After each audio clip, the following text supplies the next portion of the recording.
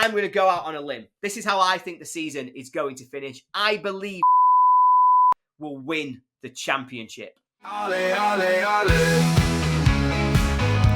Ole, ole, ole. Ole, ole, ole. Yes, welcome everybody, and today we are looking at the title race and whether or not Sheffield United are going to be the team that really kick on and win the championship. After that really brilliant derby double, after our derby day victory as a result of 𝗲𝗲𝗲𝗏, Sheffield United sit level on points at the top of the championship with Leeds United, with Burnley sat just 2 points behind both teams, although there is of course that huge game coming up at Turf Moor on Easter weekend when Sheffield United visit Burnley. Does that mean advantage Leeds United? Or does it mean that if United can get a win at Turf Moor, it's entirely advantage to Sheffield United? But Burnley, they're not out of it. They will fancy their chances as well. They'll be looking at that game as their opportunity to overthrow Sheffield United and put themselves top of the pile. So all three teams have got reasons to be confident, but they've all also got reasons to doubt. Watching Sheffield United this season, lots of teams, I'm hearing from Coventry fans, I'm hearing from Middlesbrough fans, and they're saying actually, of those three teams, I'd most want to play Sheffield United in the playoffs because they keep games tight. I feel you can get at them. Their performance level isn't as high. Is that the weakness that's going to burn the Blades? But what about Leeds? This time last season, Leeds had a 2-point advantage to the team in third.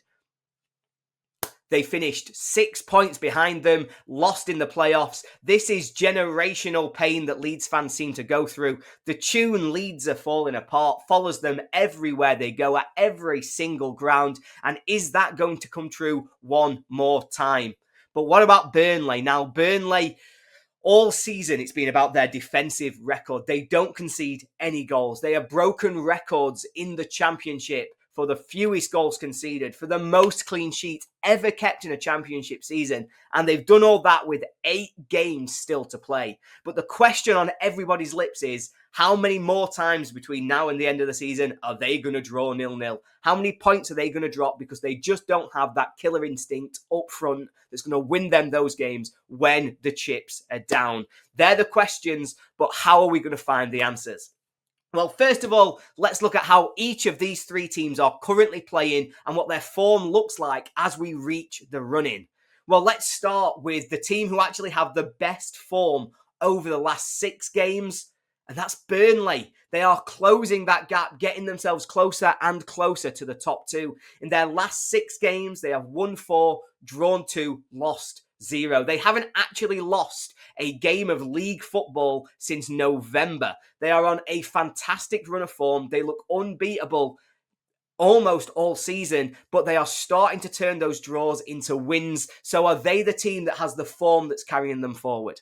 Well, they have only picked up 1 point more than Sheffield United. Sheffield United are the team in second on our form table for the last 6 games. United have won 4, drawn 1, lost 1. Of course, that defeat was a damaging one at Bramall Lane against Leeds United, and the draw came with a 90th minute goal conceded against Bristol City. I think we've bounced back from that perfectly with the win at Hillsborough, and so United have to be looking at the form and thinking, well, we're proving ourselves. We're still the team to be shot at. But there's another team in this race, and I think the 6-game form stats are a little bit misleading. Over the last 6 games, Leeds United have won 3, drawn 2, lost 1. 2 of those victories came in games number 6 and number 5. They won against Sunderland, they won against Sheffield United.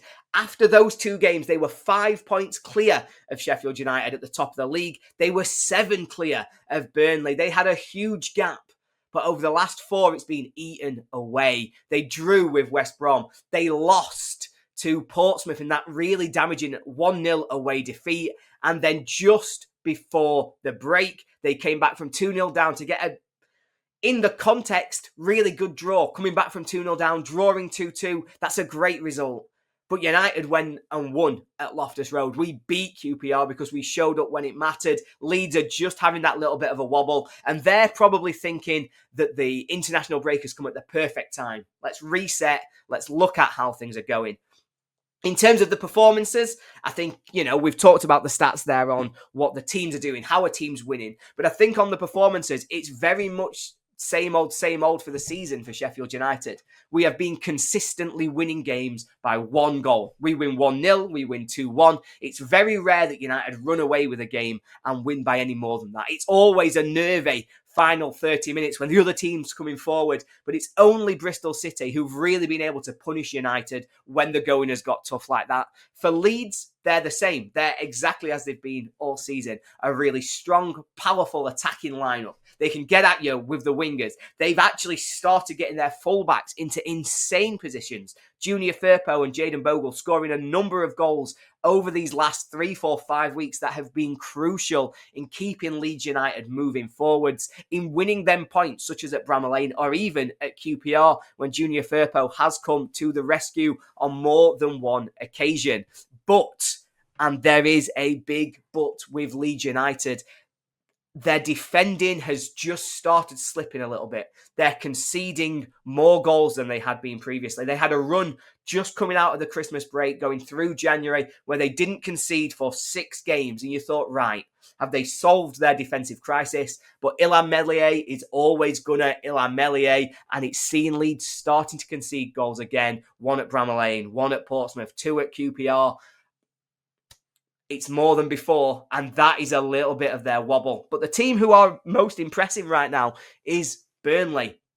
Since January, they do seem to have found a way to solve their their attacking issues, should we say. Their defending, we know how strong it is. They might have conceded 1 or 2, but one of them is a 25-yard free kick that you can't do a great deal about as a defensive unit.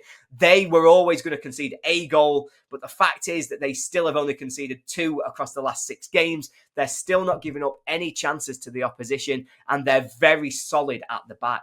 Going forwards, they've finally added some X factor, which is making them a much more effective team. Jadon Anthony going down the left, but more importantly, Marcus Edwards coming down the right. He is insane. He should not be playing in the Championship, and he could be the difference. If Burnley are going to be the team that kick on from their last 6 and extend their form over the next 8, it will be massively on Marcus Edwards' shoulders, because he's their creator and he is a fantastic addition to their team in January. So in terms of the form, it does feel as though we've got a bit of a hierarchy. Burnley have got the most points over the last 6, but also look to potentially be playing the best.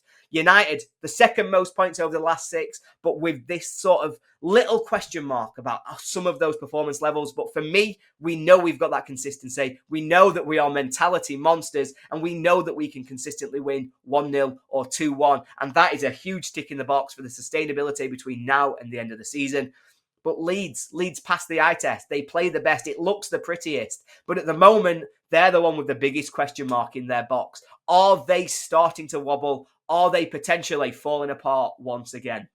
So we have alluded to it a little bit there. We've talked about the way these teams are playing, what their form looks like over the last 6, and how it's fluctuated a little bit for some of those teams. But let's do a little bit more of a deep dive into the strengths and weaknesses of each team individually. And let's start with the team on top of the league, the team currently in pole position to go on and win the title. That is, of course, Leeds United. Now, their strengths are well documented. They've been well documented by me for most of the season. They are the best team in the Championship to watch play football. They are attackingly exciting. They're fast. They've got the best 2 wingers that start, and then the next best 2 wingers sat on their bench ready to push them forwards. The way that they involve their entire attacking process is just so hard to stop. They are a team that create chance after chance, and they have so many different ways to hurt you.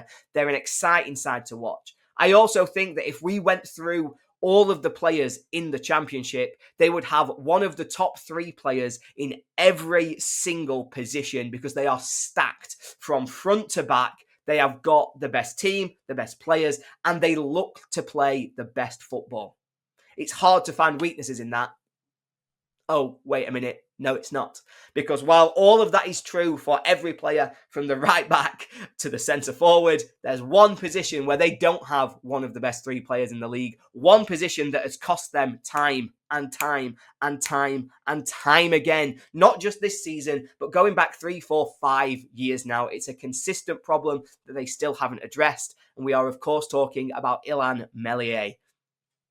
What more do you need to say? This is a man who flaps under pressure, who is capable of the insane in terms of making wonder saves, but he's also capable of the absolutely ridiculous, such as dropping crosses, when one's straight at him, fumbling it over his line. He has got so many mistakes in him that has to be the biggest weakness in this Leeds team as we go into the running. And he has so far, I went through, looked at some of the stats on this, he's probably accountable for 75% of the points that have been dropped by Leeds this season. 75% of the games where they've drawn or lost have come as a result of 𝗲𝗍𝗍 throwing the ball in the back of his own net and giving the opposition a chance.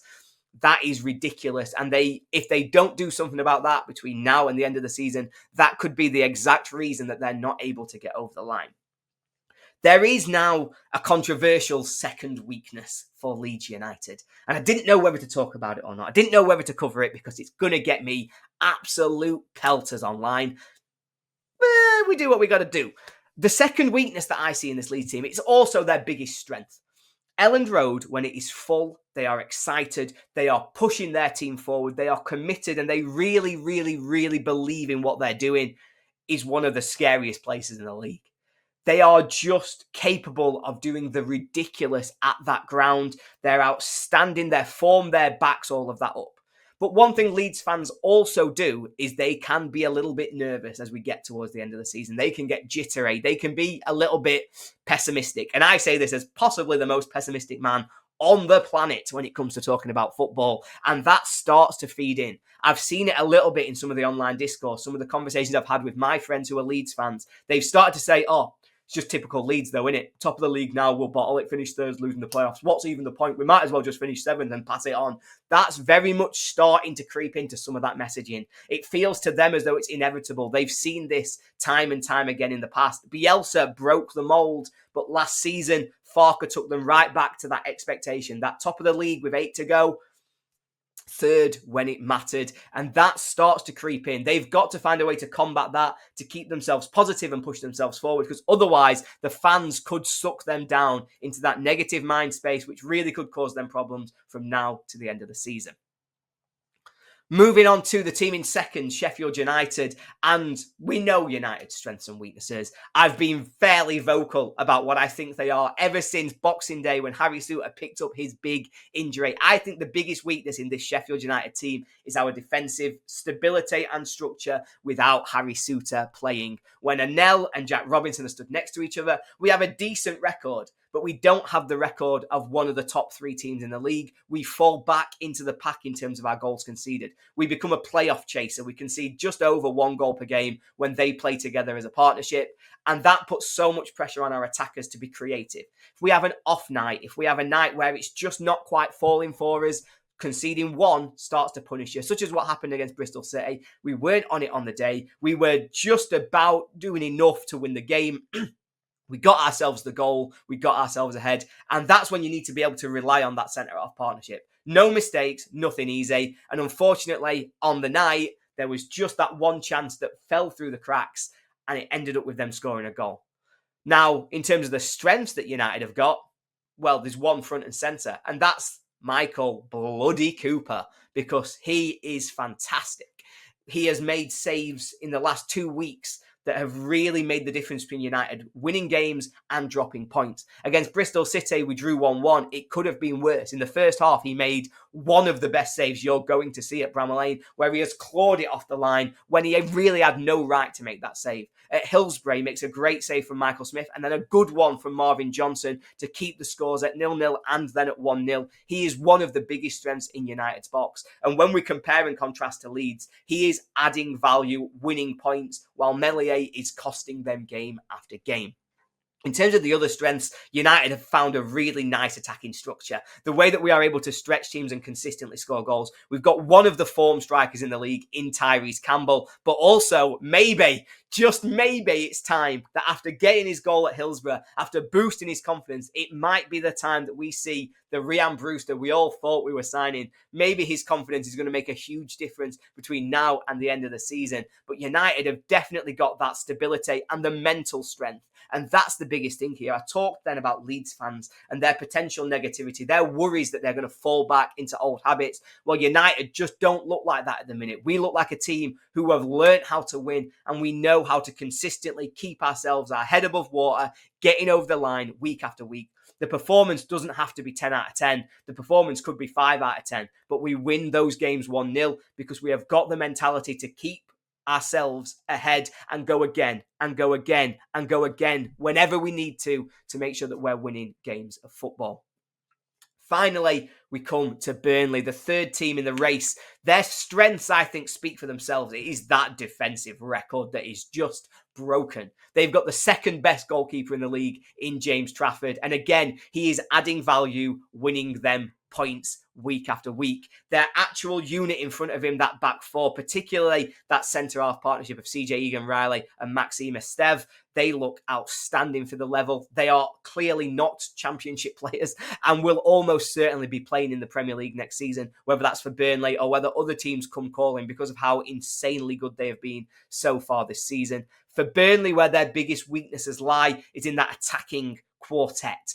Are they capable of making enough chances and scoring enough goals to get themselves over the line? Well, since Christmas, the answer to that question has been yes. They have caught up to United. They're now just one goal, I believe, behind us in terms of the goals scored to date chart. And that's come from them being a long way behind only 5, 6, 7 games ago. The introduction of Marcus Edwards has given them more potency. He's somebody who can beat his man, get fantastic balls into the box. He's capable of doing the ridiculous himself and scoring wonder goals. They seem to have found a real way of getting the most out of their attacking structure. Their biggest weakness, though, they still don't have a proper number 9 who's scoring goals. Their top scorer this season, Josh Brownhill, attacks from deep. He comes from central midfield. He times those runs perfectly, and it's just been a fantastic, consistent source of goals for them. But towards the end of the season, you want to have a striker capable of putting the ball in the back of the net consistently, somebody you believe in game after game, and that's the one area of the pitch that I think they're still lacking. So there's strengths for everybody, there's weaknesses for everybody. It's all about now, how do they match up between now and the end of the season, and who is capable of going on to deliver? Now, obviously, that's my analysis. That's how I think these teams have set up, their strengths, their weaknesses, how good they've been, and their recent form. But let's hear from some fans of those clubs. Let's hear what 𝗍𝗫𝗄𝗃𝗏 has to think about his beloved Burnley.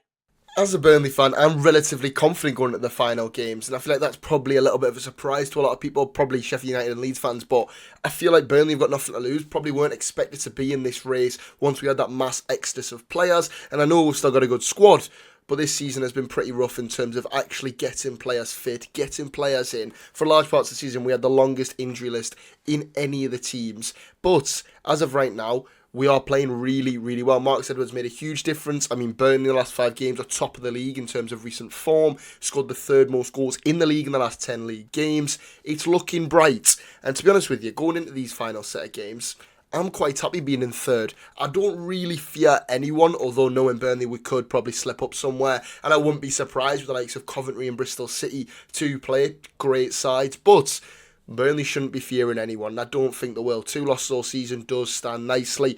And as I said, being in 3rd place, I feel like you're the ones hunting. And I feel like with Burnley, with Scott Parker, he'd go back to the idea of we just do not lose. And that would be an issue with Sheffield United or Leeds on our case, hunting us going into the last few games. I'm going to go out there and I've stood by it. I'm not jinxing somewhere. I'm going to say we're going to finish in 3rd and go up through the playoffs. I'm not jinxing an automatic finish. It's not happening. Leeds and Sheffield United, you're going to go up in O's. That was the ending there from Jacob was absolutely on brand, and it's exactly the kind of thing that I love. I won't be the jinx, therefore we're finishing 3rd. But I could hear the confidence coming through Jacob there. And obviously, he's feeling really good about Burnley's chances at the moment. He echoed what we've heard already in this video. They're in great form. They've sorted some of their attacking problems. They're looking a very dangerous team in terms of being able to chase down that top 2. But I hope he's right. I hope they do finish 3rd. I think of the 3 teams that are in the automatic promotion race, they are probably the best suited to winning the playoffs. And so maybe that's the best case scenario. United and Leeds automatic, Burnley win the playoffs. Everybody's happy. Let's see what Joe Wainman thinks, our resident Leeds fan and a fantastic person to follow anywhere that you get the opportunity. Now then, folks, it's Squeaky Bum time. Leeds United having their annual wobble, but this time it's not a wobble, it's just a blip. Okay, you can't be perfect all the time. Leeds United will be grateful of the 2-week break that we have. Brendan Aronson's not going on international duty. Hopefully Ethan Ampadu's back. We need it. We needed this break. We come back and play Swansea at home. Yous have got Coventry. Burnley have got Bristol City and Coventry. The fixtures are in our favour. The weekend I'm looking at specifically is Easter weekend. We play 3 o'clock. You play Burnley at 8. That is the one. That could be the one with just 2 games left. If that goes our way, we are home and hosed. Yeah, we are home and hosed. I'm still confident. Previously, I'd said 10-point gap. I was wrong. You know, I didn't... After we beat yourselves and Sunderland, I was like, we're there. We're done. And we've just had that little bit of a womble, crumble. But it's not going to be setting. The rut is not setting. We'll come back from the international break renewed, reinvigorated. Yeah, it's all to play for, innit? I'm nervous, but I still think we'll do enough. Our fixtures are just too nice not to. And if we mess it up here, then is what it is. Good luck. You need it. Love that from Joe. A fantastic contribution. And I think it's really interesting there because I got a sense the nerves are coming through. It's what I referenced before. The nerves are coming through a little bit where they've seen this happen in the past. They've seen that they aren't necessarily always capable of getting themselves over the line, despite by far being the best team in the league. But Joe focused on one of the key aspects of this running, of the race for the title, of the end of this season. And that's the final bit that we want to look at here today. What are the final 8 fixtures for each of the clubs? Let's go through them. So, in terms of how each team is lining up, there is definitely a different difficulty rating for each of the different clubs. And we'll start with Joe's statement there. Leeds have by far the best running without a question. They are not playing any team that is in the top 6 right now. They have only got 2 teams who are currently sat in the top half of the table. They have very favourable home games against Swansea, Preston, Stoke, and then depending on whether or not they're still in the race for the playoffs at the end of the season, Bristol City. That looks to me like it should be 12 points. That are games where you would expect very consistent victories and them really not to struggle.